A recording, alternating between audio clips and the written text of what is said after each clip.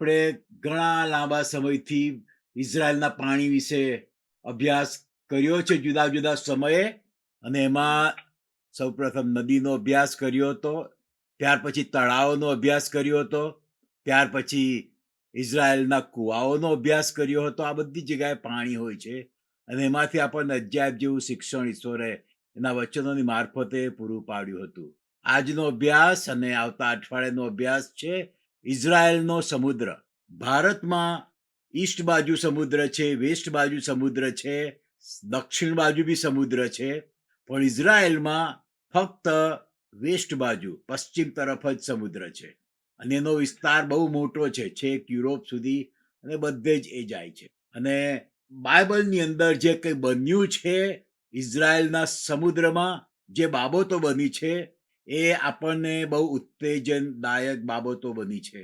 આપણા જીવનમાં ઈશ્વરની ઈચ્છા પૂરી થાય માટે અને ઈશ્વરના ઈરાદાઓ આપણી મારફતે પૂરા થાય એ બાબત, અને ખાસ કરીને તો એ કે આપણે ઈશ્વરનો ઈરાદો આપણા માટે જાણીએ છીએ અને વિશેષ કરીને તો જાણીને એ પૂરો થાય એવા આપણે પ્રયત્નો કરીએ છીએ, તો દુનિયાની કોઈ તાકાત આપણને ડિસ્ટ્રોય કરી શકતી નથી.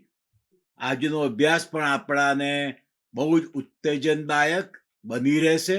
અમુક કદાચ આપણા પ્રશ્નોનો સોલ્વ કરવા માટે પણ એ મદદરૂપ બને, કારણ કે આપણે બધા જ એક ક્યાં બીજા સમયે નાના મોટા તોફાનો જોઈએ છે આપણા જીવનમાં, કાં તો આપણા જીવનમાં અથવા તો આપણા કૌટુંબિક જીવનમાં કે કોઈ બી રીતે આપણે જોઈએ છીએ. અને અમુક વાર એવા પણ પવનો ફૂંકાય છે આપણી સામે કે એમ લાગે છે કે આપણે સર્વાઈવ થઈશું કે કેમ, પણ પ્રભુનું વચન અજાયબ જેવું છે એ આપણે આજે જોવા માંગીએ છીએ. પ્રેરિતોના કૃત્ય એનો 27મો અધ્યાય, અને બધી જ બાબતો હું નથી વાંચવાનો, ઘણું બધું લાંબુ છે, પણ મેઇન બાબતો હું વાંચવા માંગુ છું અને તે 9મી કલમથી છે. પ્રેરિતોના કૃત્ય 27મો અધ્યાય 9મી કલમથી થોડીક કલમો હું વાંચું છું. વખત ઘણો થયો હતો અને હવે સફર કરવી એ જોખમ ભરેલું હતું. સફર કરવી એ જોખમ ભરેલું હતું. આજે પણ સફર કરવી, આ પૃથ્વી પર જીવન જીવવું, વ્યક્તિગત જીવન હોય કે કૌટુંબિક જીવન હોય, આજે પણ સફર કરવી એ જોખમ ભરેલું છે. ત્યારે પાઉલે તેઓને ચેતવણી આપીને કહ્યું, શબ્દો પર ધ્યાન આપજો, ચેતવણી. પાઉલે તેઓને ચેતવણી આપીને કહ્યું, ભાઈઓ, મને લાગે છે કે આ સફરમાં, હું સહેજ જુદી રીતે વાંચીશ, ભાઈઓ, મને લાગે છે કે આ જીવનમાં એકલા માલને તથા વહાણને હાનિ તથા ઘણું નુકસાન થશે એટલું જ નહીં, હવે બીક લાગે એવું છે, પણ આપણા જીવનું પણ જોખમ થશે. પાઉલ ચેતવણી આપે છે કે ફક્ત વાણને કે વાણમાં જે સામાન છે એને જ નહીં, પણ આપણા જીવનું પણ જોખમ છે. હવે એક એક શબ્દ પર જોખમ છે. શું? ચેતવણી અને કહે છે જોખમ છે. પાઉલ એવું નથી લખતો કે આપણા જીવનો નાશ થવાનો છે. બહુ વિચારવા જેવું છે. પાઉલ નથી લખતો કે આપણા જીવનનો નાશ થઈ જવાનો છે, આપણે બધા મરી જવાના છે. કે છે આપણા જીવનું પણ જોખમ થશે.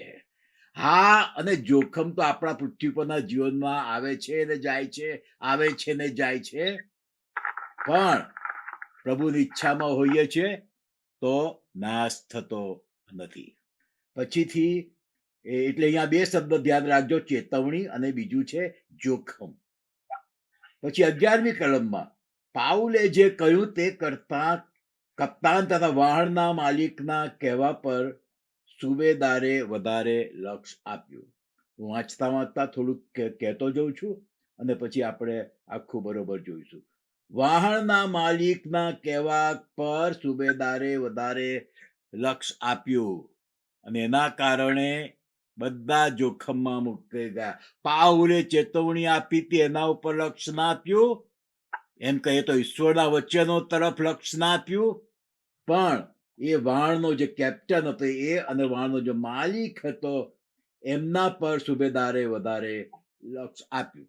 વળી શિયાળો કાઢવા માટે તે બંદર સગવડ ભરેલું પણ ન હોવાથી ઘણાએ એવી સલાહ આપી કે આપણે અહીંથી નીકળીને અને કોઈ પણ રીતે ફિનિક્સ પહોંચીને ત્યાં શિયાળો કાઢીએ. એ જમાનામાં કેવું હતું, વાણમાં નીકળ્યા એટલે તમારા નિર્ધારિત સ્થળે ક્યારે પહોંચશો એ કહેવાય નહીં. અહીંયા આગળ હવે આખો શિયાળો કોઈક જગ્યાએ કાઢવાની વાત હતી. આપણે અહીંયાથી ભારત જતા હોય પ્લેનમાં, અને કોઈક જગ્યાએ પ્લેન ઊભું રહે, એકાદ જગ્યાએ ઊભું રહે, અને ત્યાં આગળ આપણે જો 12 કલાક બી રોકાવાનું હોય ને તો વાયડું પડી જાય. આપણને ના ગમે, ના ભાઈ એટલું બધું નહીં, બીજી ફ્લાઇટ જોઈએ. એવી ફ્લાઇટ શોધી કાઢીએ કે જેમાં આટલું બધું રોકાવું ના પડે. હા, 2-3-4 કલાક મારા ભાઈ સમજ્યા, પણ 12 કલાક રોકાવાનું કોઈ જગ્યાએ, કોઈ કન્ટ્રીમાં ઇન્ડિયા પહોંચીએ પેલા તો બહુ કપરું લાગે. એવું જ અહીંયા આગળ એ લોકોએ તો આખો શિયાળો, આખી સિઝન ગાળવી પડતી હતી. હવે તમે આવો 13મી કલમમાં. દક્ષિણ દિશાથી મંદ પવન વાવા લાગ્યો, ત્યારે અમારી ઈચ્છા પ્રમાણે થશે એમ સમજીને લંગર ઉપાડીને અમે ક્રીતને કિનારે કિનારે હંકાર્યું.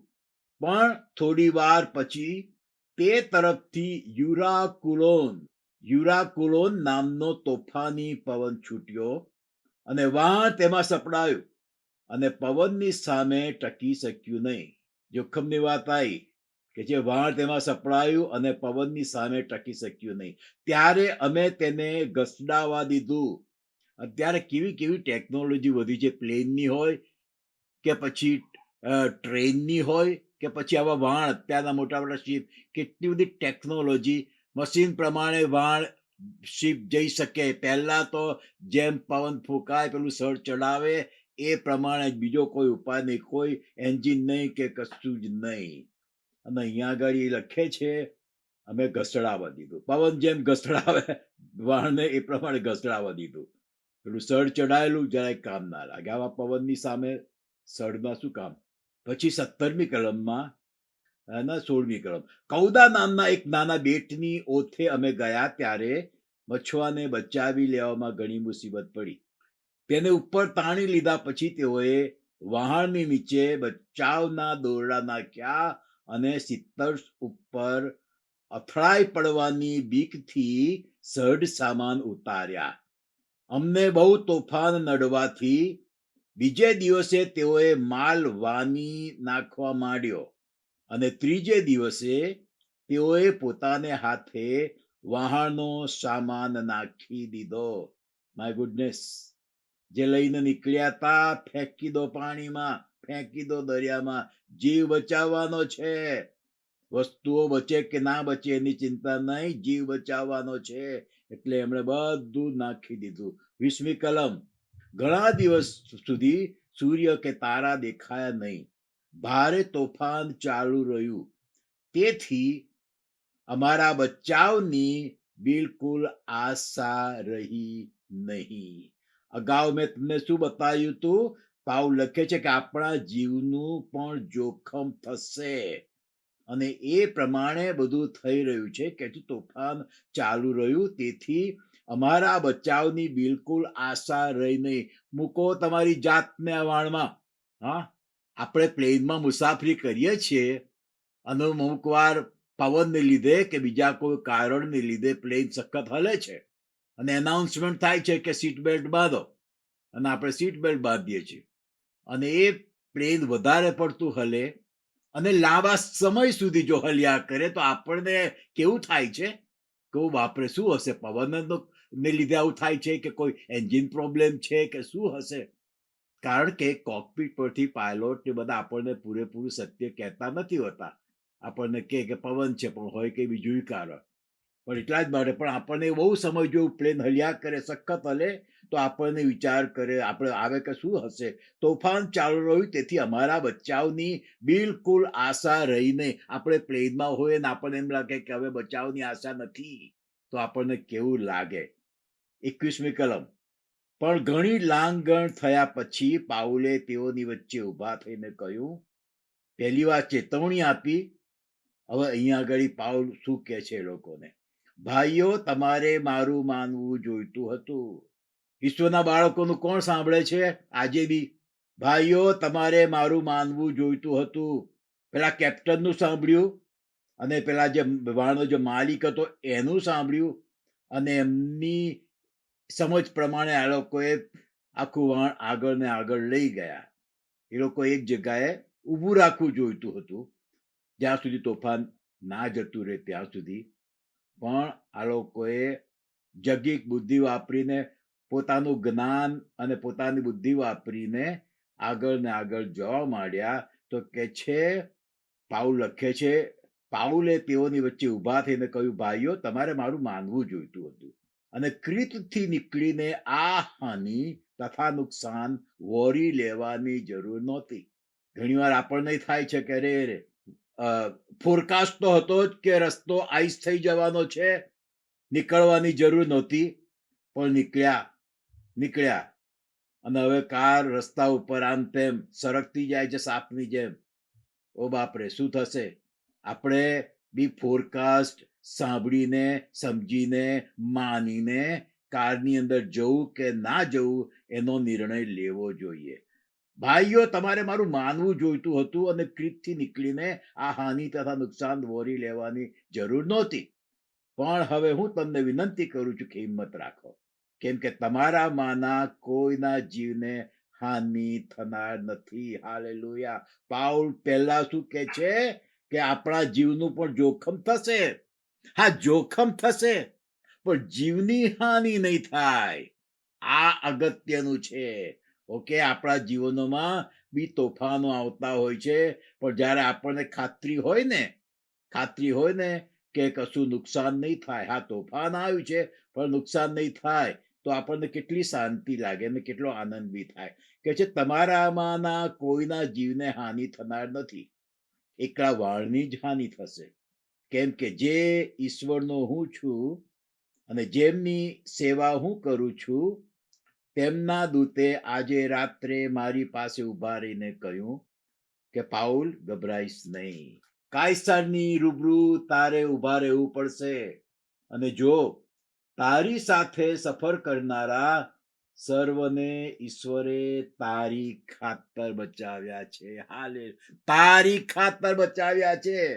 દૂત કે છે પાઉલને, આ બધાને વાણમાં 276 મુસાફરો હતા. એટલે કેટલું મોટું વાણ હશે, 276 હતા. અને એ બધાને કે છે બચાવ્યા છે પાઉલ તારા લીધે. ઓ અજાબ જો મેસેજ છે આ કલમો હું જે વાંચી રહ્યો છું ને એમાં. માટે ભાઈઓ, હિંમત રાખો, કેમ કે ઈશ્વર પર મને ભરોસો છે કે જેમ મને કહેવામાં આવ્યું છે તેમ જ થશે. તથાપિ આપણે એક બેટ પર અથડાવવું પડશે. હા, છોને વાણ અથડાય, પણ આપણે બધા સલામત રહીશું. હા, વાહ, ભલે વાણ ભાગે, પણ આપણે સલામત રહીશું. હા, પ્લેન ગમે એટલું હલે, પણ આપણે સલામત રહીશું. હા, પ્લેન ઉતરી રહ્યું છે, એરપોર્ટ નથી, પણ છૂટકો નથી. પાયલોટ એને કોઈ બી જગ્યાએ ઉતારવું પડશે. અમુક વાર તો પાણી ઉપર બી ઉતારવું પડે છે, અને આવડત હોય તો પાણી પર ઉતરે ને તોય પ્લેન સલામત રહે. સલામતી ઇઝ મેઇન થિંગ. તોફાન આવે, નુકસાન થાય, ગભરામણ થઈ જાય, એ બધી સામાન્ય બાબતો છે મુસાફરીની અંદર. અને એવી જ રીતે તોફાનો આવે છે, મટીરિયલ બાબતોને નુકસાન થઈ જાય છે, એ બધી સામાન્ય બાબતો છે. પણ આપણો બચાવ એ મેઇન વસ્તુ છે. 26મી કલમમાં, તથાપિ આપણે એક બેટ પર અથડાવવું પડશે. અને લખે છે, પાઉલ કે છે, મને કહેવામાં આવ્યું છે ને તેમ જ થશે. પેલા કેપ્ટને કીધું છે એમ નહીં, પેલા વાળના માલિકે કીધું છે એમ નહીં. મને જેમ કહેવામાં આવ્યું છે ઈશ્વર તરફથી, એ પ્રમાણે જ થશે. આપણને ઈશ્વરના વચનોને પકડી રાખવા, ઈશ્વરના વચનોને સમજવા, અને એને આપણા સંજોગો પ્રમાણે એપ્રોપ્રિએટ કરવા, એ કેટલું અગત્યનું છે. કારણ કે આપણે ગપ્પા મારીએ, પણ ઈશ્વર કદી ગપ્પા નથી મારતા. આપણે આપણા વચનો તોડીએ, ઈશ્વર એના વચનો નથી તોડતા. ઈશ્વરે વચન જે ઇબ્રાહિમને આપ્યું હતું ને, કે એના વંશજોને આશીર્વાદ આપીશ, આજે એ યહોવા પાડી રહ્યા છે. યહૂદી લોકોએ ઈસુનો નકાર કર્યો, મસીહાને રિજેક્ટ કર્યા, તેમ છતાં મટીરિયલ બાબતોની અંદર, ધંધાની અંદર, બધી જ રીતે એ લોકો કેટલા આશીર્વાદિત થયા છે. કુટુંબની રીતે બી લોકો કેટલા આશીર્વાદિત થયા છે. કેમ? ઇબ્રાહિમ. ઇબ્રાહિમને ઈશ્વર વચન આપ્યું હતું કે તારા વંશજોને હું આશીર્વાદિત કરીશ. આપણી પાસે આવો દેવ મળ્યો છે તો ઈશ્વરના વચનો જાણવા, સમજવા અને એને મોડે કરીને કે કોઈ બી રીતે પકડી રાખવા. ગમે તે થાય પણ કે છે કે ના, પ્રભુનું વચન તો મારી પાસે આ પ્રમાણે આવ્યું છે અને એ પ્રમાણે જ થશે. 27મી કલમમાં જુઓ, 14મી રાત આવી ત્યારે 14 દિવસ સુધી આ લોકોએ કંઈ જ ખાધું નહોતું. વિચાર કરો કેટલો લાંબો સમય, 2 અઠવાડિયા સુધી કંઈ જ ખાધું નહોતું. હવે તમે આવો કઈ કલમમાં, 29મી કલમમાં, રખેને કદાચ અમે ખડક પર અથડાઈએ એવી બીકથી તેઓ ડબુસા એટલે કે વાણનો પાછલો ભાગ પરથી 4 લંગર નાખીને દિવસ ઉગવાની વાટ જોતા બેઠા. નથી સૂરજ ઉગતો, નથી તારા, કશું જ નહીં. એક બાજુ સખત પવન ફૂંકાય છે, વાણ રહેશે કે કેમ એક પ્રશ્ન છે. આવી ભયંકર પરિસ્થિતિમાં નથી સૂરજ ઉગતો, નથી તારા દેખાતા, અંધારું અંધારું અંધારું. કેટલું ભયંકર લાગે. આનો આપણે વિચાર કરીએ છીએ ને તો આપણને લાગે છે કે એ લોકોએ લગભગ 2 અઠવાડિયા અને કદાચ થોડુંક વધારે કેવી ભયંકર પરિસ્થિતિમાં એ લોકો મુકાઈ ગયા હતા. અને એમ છતાં આવો તમે કઈ કલમ, 44મી કલમ, એમ છતાં આવો 44મી કલમમાં અને કે છે બાકીનામાંના કેટલાકે પાટિયાને તથા કેટલાકે વહાણના કંઈ બીજા સામાનને વળગીને કિનારે જવું, તેથી તેઓ સર્વ સહી સલામત કિનારે પહોંચ્યા. કેટલી સરસ કલમની છેલ્લું વાક્ય કેટલું સરસ છે. સર્વ સહી સલામત કિનારે પહોંચ્યા. આટલા ભયંકર દિવસો, ભયંકર પરિસ્થિતિમાંથી એ લોકો પસાર થયા, તેમ છતાં કે છે સહી સલામત કિનારે પહોંચ્યા. આ મેઇન વસ્તુ છે. પ્રભુનું વચન કદી તૂટતું નથી. પ્રભુએ પાઉલને કીધું હતું એ પ્રમાણે જ થયું. અને આપણા જીવનમાં હજુ થોડી ડિટેલ્સમાં તમને બતાવવા માંગુ છું. હવે તમે આવો 31મી કલમમાં. અત્યારે ફક્ત કલમો જ વાંચીએ છીએ. 31મી કલમ, પાઉલે સુબેદારને તથા સિપાહીઓને કહ્યું, જો તેઓ વાણમાં નહીં રહે તો તમે બચી શકવાના નથી. વાણમાંથી પેલા ખલાસીઓ હતા, એમને લાગ્યું કે હવે પતી ગયું, બધા મરવાના છે, વાણી તૂટવાનું છે, બધા મરશે. તો એ લોકો નાના, દરેક મોટા મોટા વાણમાં નાની નાની હોડીઓ હોય તો એમાં બેસીને એ લોકોએ ભાગવાનો પ્રયત્ન કર્યો. આ શું બતાવે છે? અવિશ્વાસ. પાઉલે કીધું તું કે જોખમ આવશે પણ આપણને કોઈને ઈજા નહીં થાય, આપણે બધા સહી સલામત રહીશું, કારણ કે મને ઈશ્વરે રાત્રે આ પ્રમાણે બતાવ્યું છે. પણ બધા એક સરખા હોય નહીં ને. આ લોકોને બી અવિશ્વાસ છે પાઉલના કીધા ઉપર, એટલે કે ઈશ્વર પર બી અવિશ્વાસ છે અને એ લોકો ભાગી જવાનો ત્યાંથી પ્રયત્ન કરે છે. અવિશ્વાસ ડેન્જરસ બાબત છે. પાઉલ એ લોકોને વોર્નિંગ આપે છે, જો તેઓ વાળમાં નહીં રહે તો તમે બચી શકવાના નથી. આ અવિશ્વાસીઓને લીધે તમે બી નહીં બચી શકો. એટલે બધાએ વિશ્વાસને, ઈશ્વરના વચનને પકડી રાખવું એ કેટલું જરૂરી છે એ બાબત આપણે અહીંયા જોવાના છીએ. પછી 33મી કલમમાં આવો, આજ 14 દિવસ થયા, રાહ જોતા જોતા તમે લાંગણ કરીને કંઈ ખાધું નથી. મેં કીધું મેં 14 દિવસ સુધી આવા સંજોગોમાં ખાધું નહોતું, કેટલું ભયંકર લાગે. માટે હું તમને વિનંતી કરું છું કે કંઈક ખોરાક ખાઓ. અને આ બાબત બનતી હોય છે જ્યારે આપણે બહુ કપરા સંજોગોમાંથી પસાર થઈએ છીએ ને, ત્યારે આપણી આગળ ખાવાનું હોય તો ખાવાનું મન ના થાય. ચિંતાને લીધે, બીકને લીધે, કે આવા સંજોગોમાંથી, જ્યારે ખરાબ સંજોગોમાંથી આપણે પસાર થતા હોય તો આપણને ખાવાનું મન ના થાય. પણ પાઉલની સલાહ શું છે કે ભલે ગમે તેવા સંજોગો છે, ખાવ તો તમે વિચારી શકશો બરોબર. ખાવ તો તમે તંદુરસ્ત થઈ શકશો. ખાવ તો તમને શક્તિના તાકાત મળશે. મુસીબત દુઃખના સમયમાં પણ આપણે ખાવાનું બંધ ના કરવું જોઈએ. એ બાબત અહીંયા આગળ ઈશ્વર પાઉલની મારફતે આપણને શીખવે છે કે હું તમને વિનંતી કરું છું કે કંઈક ખોરાક ખાઓ, કેમ કે એ તમારા રક્ષણને માટે છે, કારણ કે તમારામાંના કોઈના માથાનો એક વાળ પણ ખરવાનો નથી. પાઉલ જે બોલે છે અહીંયા આગળ, મને અને તમને કેટલું ઉત્તેજન મળે છે એ હું તમને બતાવવા માંગુ છું. 36મી કલમમાં આવો હવે. ત્યારે તેઓ સર્વને હિંમત આવી અને તેઓએ પણ ખોરાક ખાધો. પછી લખે છે, વાળમાં અમે સર્વ મળીને 276 માણસ હતા. મેં કીધું ને 276 જણા કેટલું મોટું માણસ છે.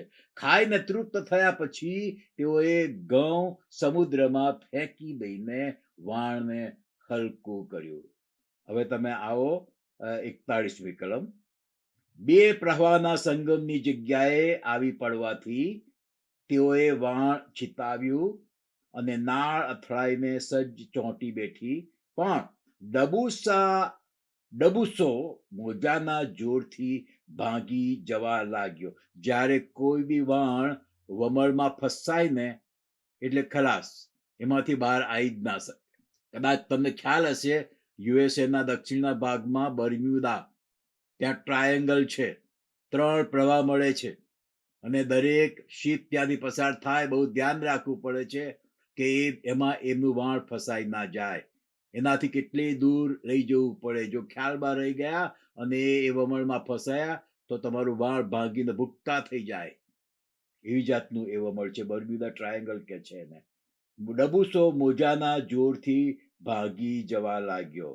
અને પછી છેલ્લી કલમ, તેઓ સર્વ સહી સલામત કિનારે પહોંચ્યા. આ એનો અંતિમ અંજામ છે અને એ જ અંજામ આપણે પણ જોવા માંગીએ છીએ કે આપણે જ્યારે આવા તોફાનમાંથી આપણું જીવન, અંગત જીવન કે પછી કૌટુંબિક જીવન આવા મોજાનો, આવા પવનનો સામનો કરે છે, ત્યારે જોખમ છે પણ એન્ડ નથી. જોખમ છે પણ નુકસાન નથી. જીવને નુકસાન નહીં થાય. હા, જોખમ છે પણ કુટુંબને નુકસાન નહીં થાય. આ ઈશ્વરના વચનોને પકડી રાખવાને એ બહુ જ અગત્યનું છે. બહુ સરસ આમાંથી પાઉલના બોલવા પરથી, એની ચેતવણી પરથી આપણને શીખવાનું મળે છે. આપણા બનાવનાર આપણા મા બાપ નથી, ઈશ્વરે આપણને બનાયા છે. ભલે મા બાપનો ઉપયોગ કર્યો છે, પણ ઈશ્વરે આપણને બનાયા છે અને આ પૃથ્વી પર મૂક્યા છે કોઈ હેતુસર, કોઈ પર્પસ છે આપણી પાછળ. આ પૃથ્વી પર આપણને મૂકવાને માટે કોઈ હેતુ છે ઈશ્વરનો. અને હા, પાપને લીધે દૂર જતા રહ્યા છે, કંઈક ખોવાઈ ગયા છે, તો પણ ઈશ્વર પાછા લાવીને એનો હેતુ આપણી મારફતે પૂરો કરવા માંગે છે. ઈશ્વરનો જે હેતુ છે આપણા માટે, એ છે ને, ઈશ્વર કદી અધૂરો નથી રહેવા દેતા. આપણે અધૂરો રહેવા દઈએ અવિશ્વાસને કારણે, અનાજ્ઞાનકિતતાને કારણે, પણ ઈશ્વર કદી એનો ઈરાદો અધૂરો નથી રહેવા દેતા. અને અહીંયા આગળ પાઉલને માટે તો કેવું હતું, કેટલું ભયંકર હતું. ઈશ્વરનો સેવક, તેમ છતાં એના ઉપર ખોટા આરોપો મૂકીને એને બેડીઓ હાથે પહેરાવવામાં આવી હતી અને કેદી બનાવી દેવામાં આવ્યો હતો. અને પાઉલને ખબર હતી કે આ લોકો મને યોગ્ય ન્યાય આપશે નહીં, એટલે એણે છેક સીઝર, રોમની અંદર, ઇટલીની અંદર છેક જવું પડે તો એના માટે બી એ તૈયાર હતો. ઈશ્વર એને લઈ જતા હતા ઇટલી, સીઝરની આગળ ઉભા રહેવાનું હતું. અને ઈશ્વરનો એક પ્લાન જે હતો કે પાઉલ રોમમાં બી સુવાર્તા પ્રગટ કરે. ઈશ્વરનો પ્લાન હતો કે માલ્ટા આઇલેન્ડમાં, ટાપુ પર બી પાઉલ સુવાર્તા પ્રગટ કરે. તો આ આવ્યો પેલો પવન આ બધું રોકવાને માટે. ઈશ્વરનો પ્લાન અધૂરો રહે એટલા માટે પવન ફૂંકાયો, યુરાકુલોન, અને ભયંકર પવન ફૂંકાયો કે ઈશ્વરના પ્લાન પાઉલને માટે પૂરા ના થાય. ગેટ લોસ્ટ પવન, હે યુરાકુલોન, છાનો માનો તું બાજુએ જા. આ તો ઈશ્વરનો પ્લાન છે પાઉલને માટે અને ઈશ્વરનો પ્લાન પૂરો થવાનો છે. હા, કોઈ બાબત આપણને કોઈ બાબતથી આપણો નાશ નહીં થાય. જોખમ આવશે પણ નાશ નહીં થાય, કારણ કે ઈશ્વરનો પ્લાન છે આપણા માટે. અને આપણે જો જાણીએ છીએ ઈશ્વરનો પ્લાન અને એ ઈશ્વરનો પ્લાન આપણે પૂરો કરવા માંગીએ છીએ, તો જગતની કોઈ તાકાત કે જગતની કોઈ બાબત કે કોઈ સરકાર કે કોઈ આપણને રોકી શકવાનું નથી. ઈશ્વરનો જે પ્લાન જે છે ને એને કોઈ રોકી શકતું નથી. ઈશ્વરનો પ્લાન આપણું રહેઠાણ, આપણું ઘર, ગમે એવું થાય ને, નેચરલ ડિઝાસ્ટર, ઈશ્વર કેવું સાચવે છે. કેવા કેવા સાક્ષીના કેસીસ બધા આપણે જાણીએ, સાંભળીએ છીએ ફ્રોમ ટાઈમ ટુ ટાઈમ, જુદા જુદા સમયે, કે ઈશ્વરે કેવી રક્ષા કરી છે. ઘણા વર્ષો પહેલા મધ્યપ્રદેશની અંદર અમેરિકાની એક મોટી કંપની હતી અને આખું ન્યુક્લિયર લીક થઈ ગયું હતું. અને સવારે બધા ઉઠ્યા ને તો હંડ્રેડ્સ લોકો, મધ્યપ્રદેશનું કયું શહેર, હું નામ ભૂલી ગયો, બધા લોકો મરી ગયા હતા. એ કારણ કે ન્યુક્લિયર જે આખું રિએક્ટર બધું લીક થયું હતું અને બધા હંડ્રેડ્સ ઓફ લોકો મરી ગયા હતા. અને અમેરિકાએ ભારતની સરકારને એના માટે જવાબ આપવો પડ્યો. તો ભારે હતું કે તમારી કંપની હતી બરોબર, એમણે કંઈ ધ્યાન ના રાખ્યું, એના કારણે આ ન્યુક્લિયર આખું રિએક્ટર થયું અને બધા લોકો મરી ગયા. પણ એ બધા મરી ગયા, હંડ્રેડ્સ ઓફ લોકો. એની વચ્ચોવચ એક છે ને ક્રિશ્ચિયન ઓર્ફનેજ હતું. એક પણ ઓકે, ભોપાલ, ત્યાં ક્રિશ્ચિયન ઓર્ફનેજ હતું. એક પણ વ્યક્તિ ત્યાં મરી નહીં, એક પણ નહીં. કેમ ભાઈ?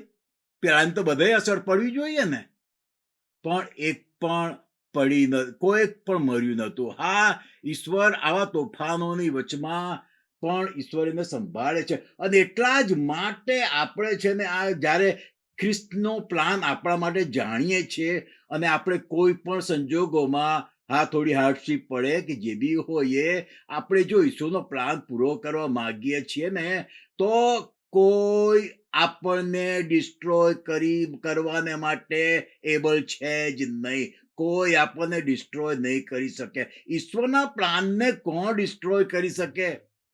કરવું હોય તો આપણે પોતે જ કરી શકીએ. નથી જવું, નથી કરવું, તો આપણે અનાજ્ઞાંકિત થઈને બધું કરીએ. પણ આપણે આજ્ઞાંકિત થવા માંગીએ છીએ તો પછીથી જગતની કોઈ તાકાત આપણને ડિસ્ટ્રોય કરી શકવાની નથી. આપણે એમ કહીએ તો ચાલે ને કે આપણે બિલકુલ ઇનડિસ્ટ્રક્ટેબલ છે. આપણે બિલકુલ ઇનડિસ્ટ્રક્ટેબલ છે.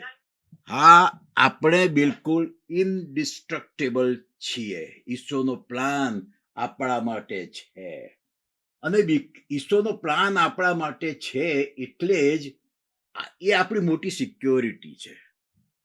એ આપણી એક મોટી સિક્યોરિટી છે કે ઈશ્વરનો પ્લાન આપણે જાણીએ અને ભલે મુસીબતો આવે ઈશ્વરનો પ્લાન પૂરું કરવામાં પણ, પરંતુ આપણે ઈશ્વરના વચનોને પકડી રાખીએ તો એ આપણી એક મોટી સિક્યોરિટી છે. ઈશ્વરનો આભાર માનીએ કે સર્વશક્તિમાન છે, આપણને સાચવવાને માટે, સંભાળવાને માટે આટલો મોટો કે છે કે યુરાકુલોન પવન ફૂંકાયો અને આપણે જાણીએ છીએ કે વાણના ભૂક્કા બોલી ગયા, પણ એક વ્યક્તિ પણ મરણ ના પામી.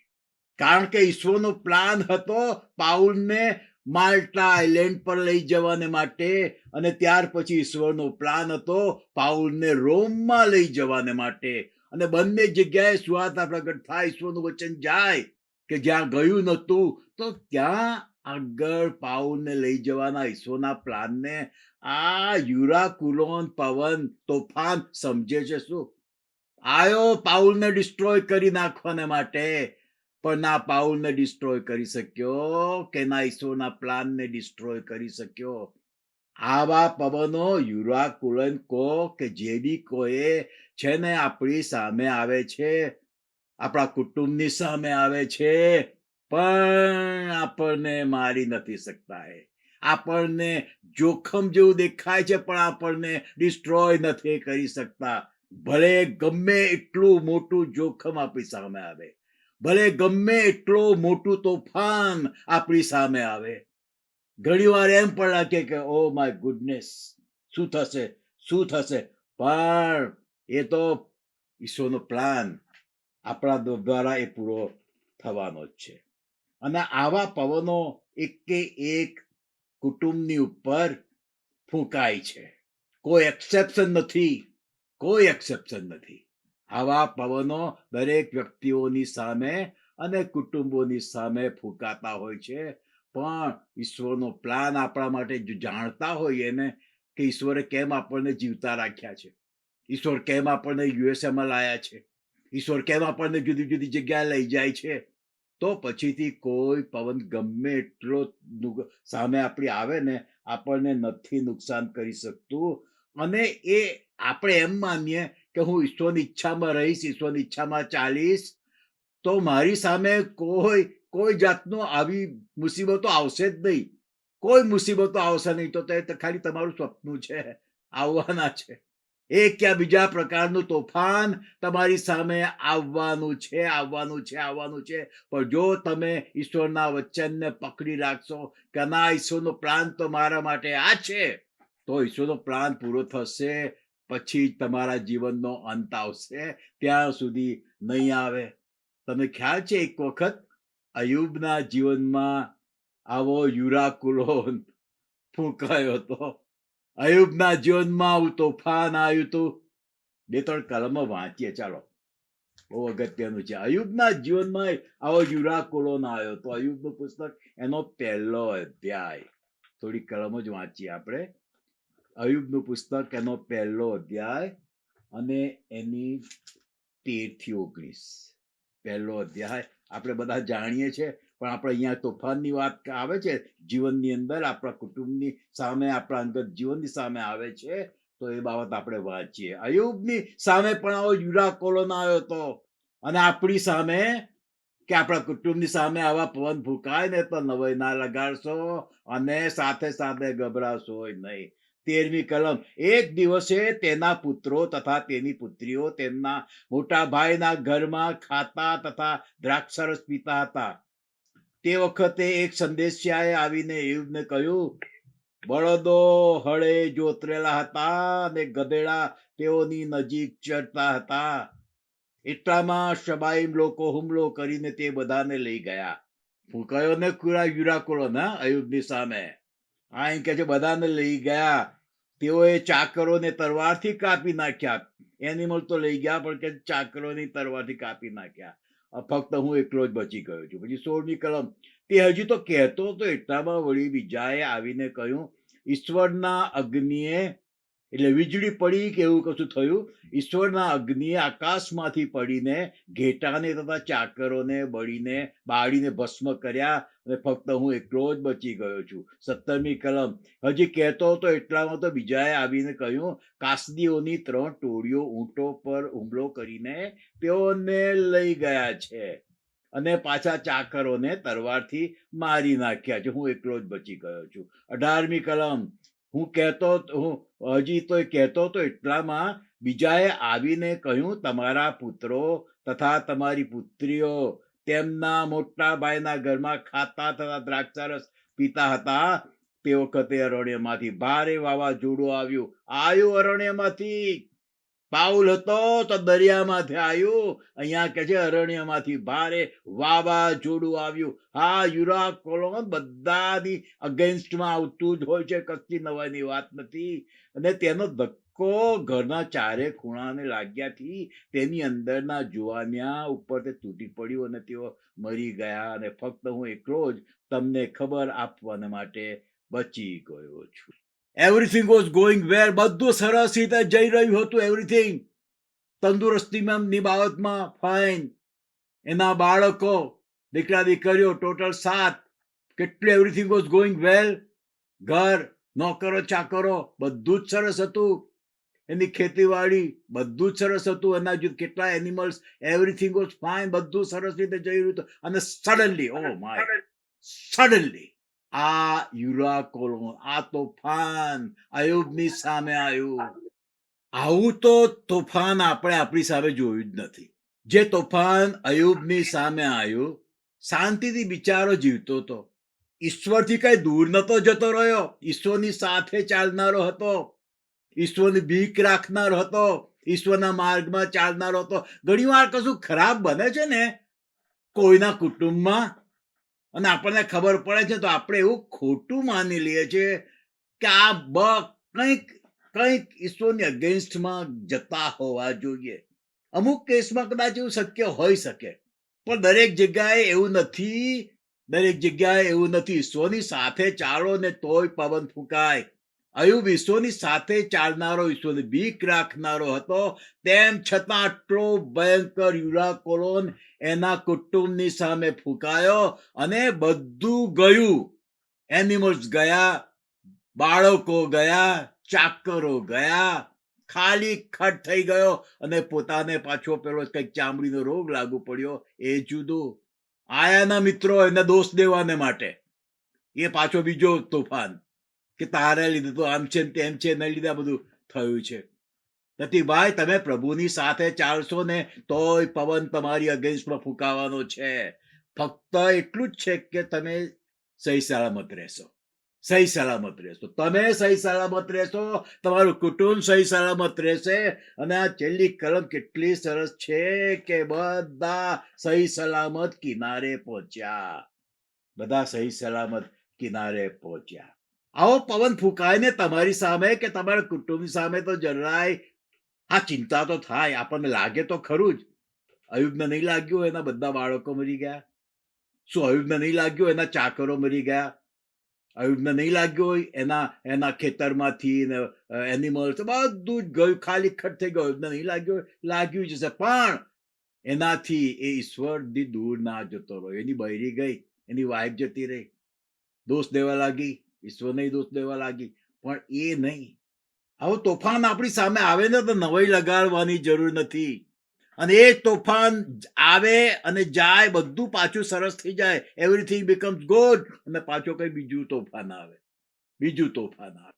પણ એ બધામાં ઈશ્વર અજાયબ જેવી રીતે બાળકોને સાચવે છે, સંભાળે છે, સહી સલામત રાખે છે.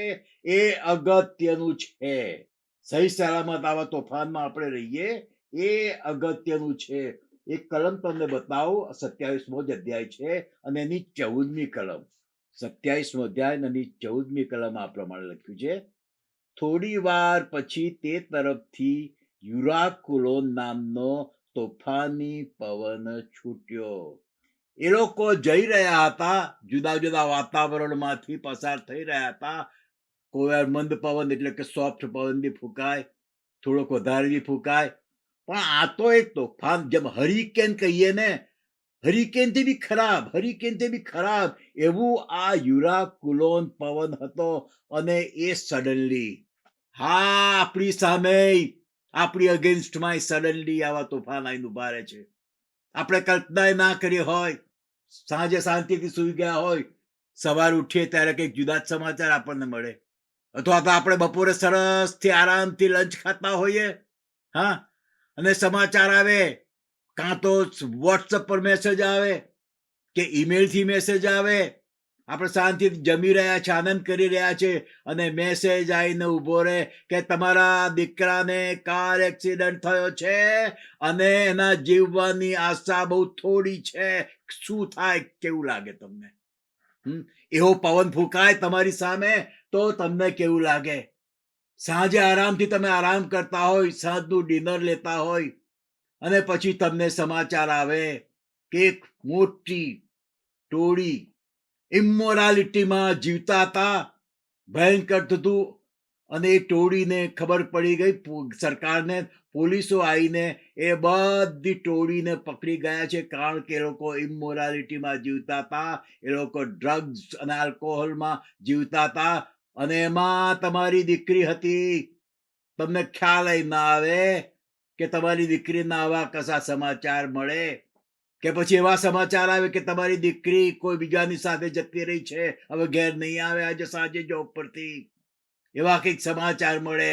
આવો યુરાકુલોન ફૂંકાય તો શું થાય? આપણે શું કરીએ? અને આવું ઘણા ઘરોમાં થતું હોય છે, ઘણા ઘરોમાં થતું હોય છે. પણ અહીંયા આગળ પાઉલ શું કહે છે કે તમારો એક વાળ બી વાંકો નહીં થાય. કેમ? કારણ કે એ બધાની મધ્ય હતો પાઉલ. પેલા બધા તો જગીક લોકો જ હતા, પણ પાઉલની હાજરીને લીધે બધાને કેટલો બધો ફાયદો થયો. બધાના જીવ બધા બચી ગયા. કેમ? એક ઈશ્વરના સેવકને લીધે. મેં શરૂઆતમાં જ કીધું કે ઈશ્વરે આપણને આ પૃથ્વી પર મૂક્યા છે, એની પાછળ કોઈ હેતુ છે, એની પાછળ કોઈ પર્પસ છે. જે બી ગ્રુપમાં, જે બી જગ્યાએ નોકરી હોય કે જે બી કોઈ બી જગ્યાએ આપણે સંકળાયેલા હોઈએ, આપણા લીધે બીજા બચવા જોઈએ. ભલે બીજા લોકો ઈશ્વરથી દૂર જતા હોય, દૂર ચાલતા હોય, પણ આપણા લીધે બીજા બચી શકે છે.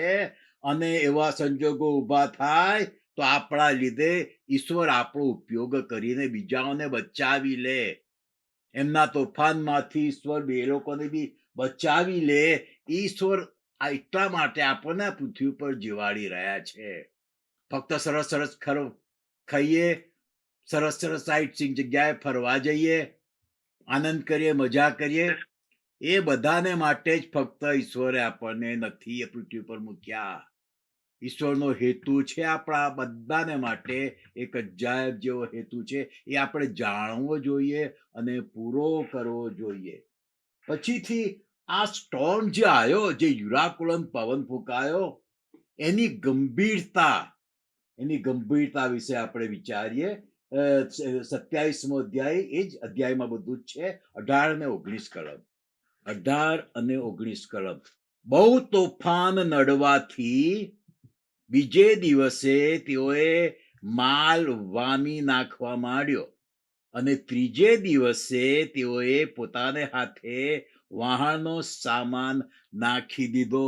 જોયું, પોતે મરીશું ખલાસ, વાણ તૂટી જશે ને આપણે મરી જઈશું. એવા સમયે એમની આંખો ઉઘડી કે જે બાબત પ્રેશિયસ લાગતી હતી એમને, થેલીમાં લઈને નીકળ્યા હતા, બેગમાં લઈને નીકળ્યા હતા, બગલમાં ગાલીને નીકળ્યા, પ્રેશિયસ વસ્તુઓ બધી હતી, ફેંકી દે છે. પોતાનો જીવ બચાવવાને માટે ફેંકી દે છે. હવે એમની આંખો ખુલી. હવે એમને સમજાયું કે આ બધી વસ્તુઓ અગત્યની નથી, આપણો જીવ અગત્યનો છે. આ બધી વસ્તુઓ અગત્યની નથી, આપણું જીવન અગત્યનું છે. આ બધી વસ્તુઓ અગત્યની નથી, આપણે બચી જઈએ તોફાનમાંથી, એ અગત્યનું છે. અને એના માટે જે કોઈ અવરોધરૂપ બાબતો એમને લાગી એ ફેંકી દીધી. એમની નજરમાં જે પ્રેશિયસ હતી એ બધું ફેંકી દીધું. અને આ બાબત આપણે બહુ ધ્યાનમાં રાખવાની છે. ઘણી બધી વખત વસ્તુઓ એ આપણને આપણા જીવ કરતા વધારે વાલી થઈ જાય છે. આપણે વસ્તુઓને માટે ઈશ્વરે આપણને પૃથ્વી પર નથી મૂક્યા. ઈશ્વરે આપણને એના ઈરાદાઓ પૂરા કરવાને માટે મૂકી દીધા છે. કેટલી અગત્યની બધી બાબતો એ લોકોએ ફેંકી દીધી. એમને ખબર પડી કે જીવન કેટલું કિંમતી છે. અને આપણે પણ એ બાબત સમજીએ આ પૃથ્વી પરના જીવનમાં કે જીવન અગત્યનું છે, વસ્તુઓ નહીં. જીવન અગત્યનું છે, ઘર નહીં. જીવન અગત્યનું છે, કાર નહીં. જીવન અગત્યનું છે, ઘરેણા નહીં. જીવન અગત્યનું છે, બીજી કોઈ બાબત નહીં. એટલે જીવને બચાવવાને માટે બધી મટીરિયલ બાબતો એ લોકોએ ફેંકી દીધી. અત્યારે આપણે જ્યારે જીવીએ છીએ, કદાચ આપણી સામે કે આપણા કુટુંબની સામે કોઈ પવન, આવો હરિકેન કે આવું કોઈ તોફાન આવ્યું નથી, તો આપણને મટીરિયલ બાબતોની અગત્ય કેટલી ઓછી છે આપણને નહીં સમજાય. પણ જ્યારે પવન ફૂંકાશે, તોફાન આવશે જીવનમાં, કુટુંબમાં, ત્યારે કઈ બાબતો વધારે અગત્યની છે, કઈ બાબતો ઓછી અગત્યની છે ને એની આપણને ખબર પડતી હોય છે. અત્યારે જ, આજે જ, સપ્ટેમ્બરની 9 તારીખે જ જો આપણે વિચારીએ, સમજીએ તો કેટલું સારું કે મટીરિયલ બાબતો આ લોકો લઈને નીકળ્યા હતા કારણ કે જરૂરી હતી. પણ મટીરિયલ બાબતો અને જીવન, એ બેમાં પ્રેશિયસ શું છે? મટીરિયલ બાબતો નહીં, જીવન પ્રેશિયસ છે. અને એટલા જ માટે વાણને હલકું કરવાને માટે એ લોકોએ બધી જ આવી પ્રેશિયસ વસ્તુ હતી એ એમણે ફેંકી દીધી. હા, હવે એમને ગંભીરતા, આ પવન જે ફૂંકાઈ રહ્યો હતો, સખત પવન, અને તેની પાછળ સડનલી, હા, એની ગંભીરતા હવે એ લોકોને સમજાય, અને ગંભીરતા સમજાય ત્યારે મટીરિયલ બાબતોને એ લોકોએ દૂર કરી દીધી, મટીરિયલ બાબતોને એમણે ફેંકી દીધી. ઓકે, 27મો અધ્યાય આપણે જોઈએ છીએ, એની 24મી કલમમાં હું વાંચું છું. 24મી કલમ. પાઉલ, ગભરાઈશ નહીં, કાયસારની રૂબરૂ તારે ઊભા રહેવું પડશે, અને જો તારી સાથે સફર કરનારા સર્વને ઈશ્વરે તારી ખાતર બચાવ્યા છે. આ આખો યુરાકુલોન જે પવન ફૂંકાયો, આટલો ભારે જોરદાર કે ભાણબી ભાગી ગયો, એક રીતે જોવા જઈએ ને તો અર્થ વગરનું તોફાન હતું, અર્થ વગરનું હતું. કારણ કે પાઉલ હતો એ ટોળામાં, પાઉલ હતો એ વાળમાં, એ પવન અર્થ વગરનું થઈ ગયું, અને કોઈ માણસને નુકસાન ના થયું, એક માણસ પણ એમાંથી મરી ગયો નહીં. અર્થ વગરના તોફાનો આપણી સામે આવતા હોય છે. હા, અર્થ વગરના તોફાનો હોય છે, આપણે અનનેસેસરીલી ગભરાઈ જઈએ છીએ. પાઉલ જે કંઈ બોલે છે, હા, એમાં આપણને દેખાય છે પાઉલમાં સહેજ બી બીક હોય, ગભરામણ હોય એવું લાગે છે? જરાય નહીં. બધા ગભરાઈ ગયા છે, વાળનો કેપ્ટન, માલિક, બધા ગભરાઈ ગયા છે, પણ પાઉલના બોલવામાં લાગે છે કે એને જરાય બીક નથી, જરાય નહીં. કારણ કે એને ખબર હતી કે એને રોમમાં જવાનું છે, અને રોમની સરકાર એટલે કે સીઝરની આગળ ઊભા રહેવાનું છે, અને ઈશ્વર એને ત્યાં આગળ લઈ જઈ રહ્યા છે.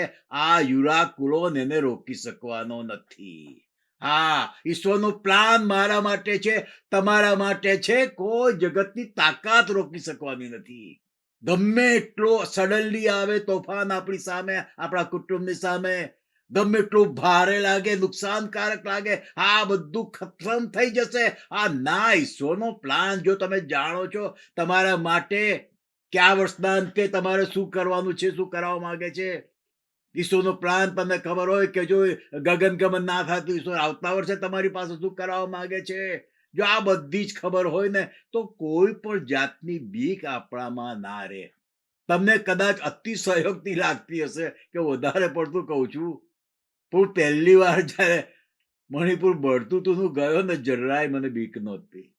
કારણ કે મને ખબર હતી કે ઈશ્વર મને કીધું છે, લઈ ગયા છે, અને ભયંકર જોયું ત્યાં, તોય બીક નથી, તોય બીક નથી. અને એ જ રીતે આપણે ન્યૂઝમાં બધું વાંચીએ છીએ, રશિયન મિસાઇલ્સ છે, બધું પડે છે યુક્રેનમાં. તમને કહું, મને જરાય બીક નથી, જરાય નહીં. કારણ કે પ્રભુ મને એક કોઈ પ્લાનને માટે લઈ જઈ રહ્યા છે, અને એ પ્લાન, એ એમની મિસાઇલ કે કોઈ કશું મને રોકી શકવાનું નથી. હા, અને એટલા જ માટે મને જો ઈશ્વરનો પ્લાન હશે તો મને પરવાનગી મળશે, ઈશ્વરનો પ્લાન નહીં હોય તો મને પરવાનગી જવાની નહીં મળે.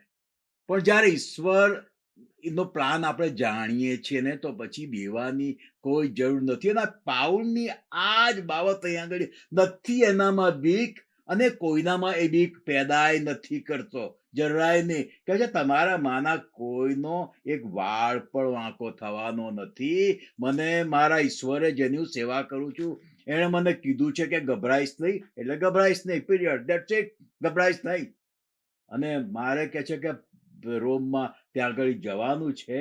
આ બધા ઈશ્વરના પ્લાનને આવા તોફાનો ના રોકી શકે, અને આપણી સામે આવતા તોફાનો હોય એ અર્થ વગરના હોય છે, નક્કામાં. ઈશ્વરની પાછળ ચાલનારા લોકો આપણને સેજ લાગણી થાય, પણ બીવાની કશી જરૂર નથી. જો આપણને ખબર હોય કે આ પૃથ્વી પર ઈશ્વરે આપણને કેમ મૂક્યા છે, હા, ખબર જ ના હોય, કશી જ ખબર ના હોય, ઈશ્વરનો પ્લાન આપણને ખબર ના હોય, તો પછી આપણને બીક લાગે કે શું થશે, શું થશે, શું થશે. પણ ઈશ્વરનો પ્લાન આપણને જાણતા હોય ને, જેમ પાઉલમાં એક સહેજ બી બીક નથી દેખાતી આપણને, આટલું ભયંકર થઈ રહ્યું છે તેમ છતાં પાઉલમાં જરાય આપણને બીક દેખાતી નથી. એ જ વસ્તુ આપણા જીવનમાં પણ બનશે. હા, બધા તોફાનો અર્થ વગરના છે, ગેટ લોસ્ટ. હે યુરાકુલોન, ગેટ લોસ્ટ, જતો રે. તું આયો છે પણ મને નહીં નુકસાન કરી શકે. તું આયો છે પણ તું મને નહીં મારી શકે. તું આયો છે પણ મને અધવસ્તે નહીં રોકી શકે. યુરાકુલોન, તું મને નહીં કશું કરી શકે. કારણ કે ઈશ્વરનો પ્લાન છે મારા માટે. ડિસેમ્બરમાં મારે શું કરવાનું છે, જાન્યુઆરીમાં શું કરવાનું છે, ફેબ્રુઆરીમાં શું કરવાનું છે. ઈશ્વરનો પ્લાન મારા માટે છે કે જેની મને અત્યારથી ખબર છે કે મારે ભારત જઈને, ગુજરાત જઈને શું કરવાનું છે એની મને અત્યારથી ખબર છે. ડિસેમ્બર, જાન્યુઆરી, ફેબ્રુઆરી બધાને. એટલે આ બધા વચમાં આવતા તોફાનો શેના? હા, ઈશ્વરનો જો પ્લાન છે મારા માટે, ડિસેમ્બર, જાન્યુઆરી, ફેબ્રુઆરીમાં મારે ઇન્ડિયા, ગુજરાત જઈને શું કરવાનું છે, તો આ તોફાન, યુક્રેનનું તોફાન શું મને ડિસ્ટ્રોય કરી નાખશે? હા, મારું યુક્રેન જેવું ઈશ્વરના પ્લાનને બંધ કરી દેશે? નહીં થવા દે. ઈશ્વરનો પ્લાન નહીં પૂરો થવા દે. એટલા જ માટે ઈશ્વરનો પ્લાન આપણા જીવન માટે જાણવો બહુ જ અગત્યની બાબત છે. અર્થ વગરના બધા તોફાનો છે. તમારી સામે જો કોઈ પવન ફૂંકાયો હોય ને આજે, ગભરાશો નહીં. પાઉલ કે છે ગભરાશો નહીં. તમારા માથાનો એક વાળ પણ વાંકો થવાનો નથી. ગભરાશો નહીં. અને આવું everything is going well, praise the lord. but everything is going smooth, praise the Lord. પણ સડનલી આવો પવન ફૂંકાય ને ગમે ત્યારે તમારા જીવન દરમિયાન, તો યાદ રાખજો 27મો અધ્યાય, પ્રેરિતોના કૃત્યનો 27મો અધ્યાય, અને યાદ રાખજો અયુબના પુસ્તકનો 1લો અધ્યાય. જોખમ આવશે પણ ડિસ્ટ્રક્શન નહીં આવે. જોખમ આવશે પણ સલામતી રહેશે આપણી.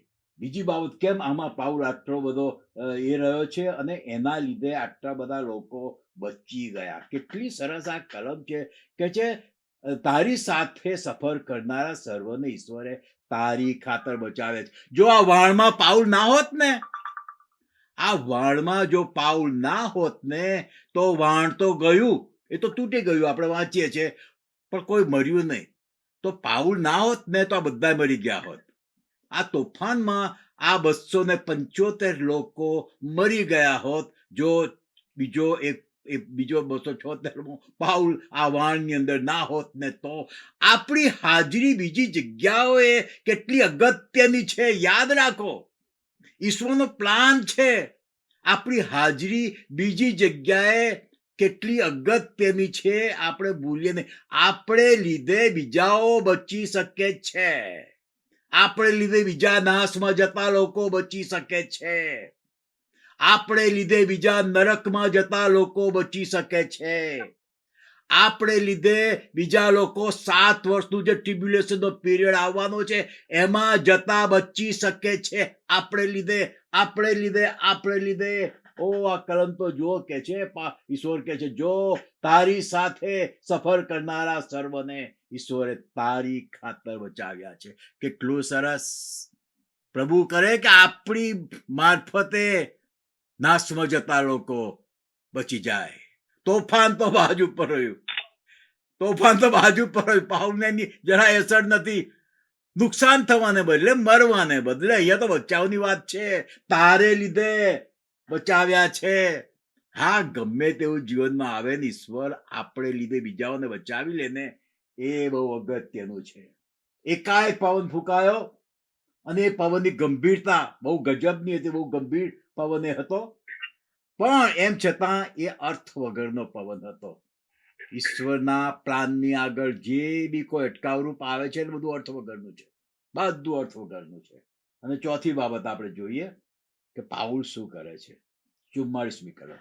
અને બાકીનામાંના કેટલાકે પાટિયાને તથા કેટલાકે વહાણના કંઈ બીજા સામાનને વળગીને કિનારે જવું, તેથી તેઓ સર્વ સહી સલામત કિનારે પહોંચ્યા. કેમ આવું થયું? કારણ કે ઈશ્વરે જે વચન પાઉલને આપ્યું હતું એને વળગી રહ્યો.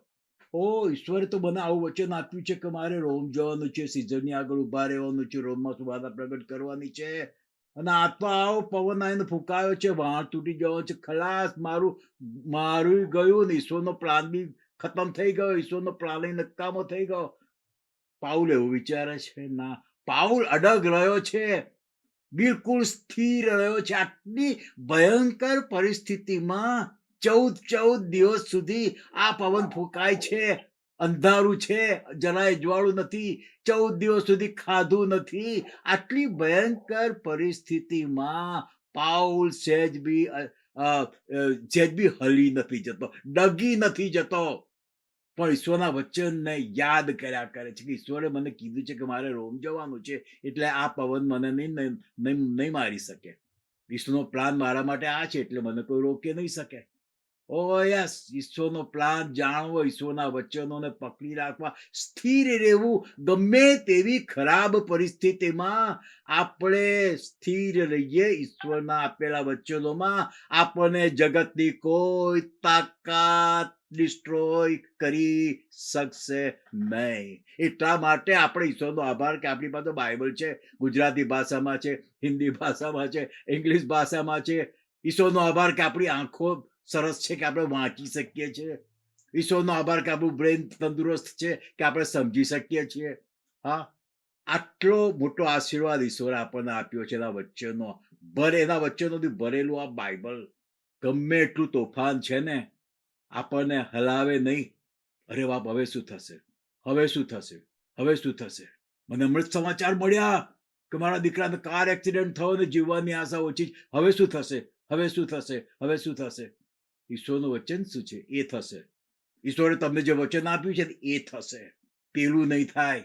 હા, આપણા કુટુંબીજનોમાંથી આવો કોઈને કાર એક્સિડન્ટ થાય ને, એ આ યુરોકોલોન જેવું જ છે. કે આપણી દીકરીના કોઈ ખરાબ સમાચાર મળે ને, આ યુરોકોલોન જેવું જ છે. પણ ઈશ્વરનું વચન શું કહે છે? શું કહે છે? મેં એવી છોકરીઓના જોઈ છે, હું આ દેશની વાત કરું છું, અમેરિકન, કે જે બિલકુલ, જેને આપણે સ્વેચ્છાએ પોસ્ટ પ્રોસ્ટિટ્યુશનમાં ગઈ હોય, કેટલાય પૈસા કમાતી હોય પોતાના શરીરને વેચીને, આજે એ લોકો ઈશ્વરની સેવામાં છે. કેમ ભાઈ? કારણ કે એમના મા બાપે વચન પકડી રાખ્યું હતું. એમના મા બાપે વચન પકડી રાખ્યું કે મને મારી દીકરીને માટે ઈશ્વરે આ વચન આપ્યું છે. ભલે અત્યારે યુરોકોલોન છે, હા, ભલે વાહનને નુકસાન થઈ રહ્યું છે, હા, એના જીવન અત્યારે નુકસાન થઈ રહ્યું છે, પણ ઈશ્વર મને એના માટે વચન આપ્યું છે. મારે અમારી વિસ્તારના ઘણા બધા ચર્ચીસમાં ચર્ચ ચલાવવા માટે મારે જવાનું હોય છે. બધા પાસ્ટરો વેકેશન પર ગયા હોય કે એવું કહ્યું હોય ને, તો પછી એ લોકો મને સોંપીને જતા હોય છે, ભાઈ આવીને મારા ચર્ચને જરા સંભાળી. તો મારે ઘણી વાર જવાનું. વર્ષમાં કેટલા 52 રવિવાર આવે, એમાંથી 20 થી 25 રવિવાર તો મારે બીજા ચર્ચમાં પ્રીચ કરવાનું હોય, એવું બધું હોય છે. અને એટલા માટે મને આવું બધું જાણવાનું મળે છે. ઘણા પાસ્ટરો કહે છે કે અમારી દીકરી આવી હતી અને જો આજે ઈશ્વરની સેવામાં છે. અને આવી ઘણી બુક્સ બી લખાઈ છે કે કેવી છોકરીઓ આજે કેવી ઈશ્વરની સેવામાં છે, કેવા છોકરાઓ આજે ઈશ્વરની સેવામાં છે.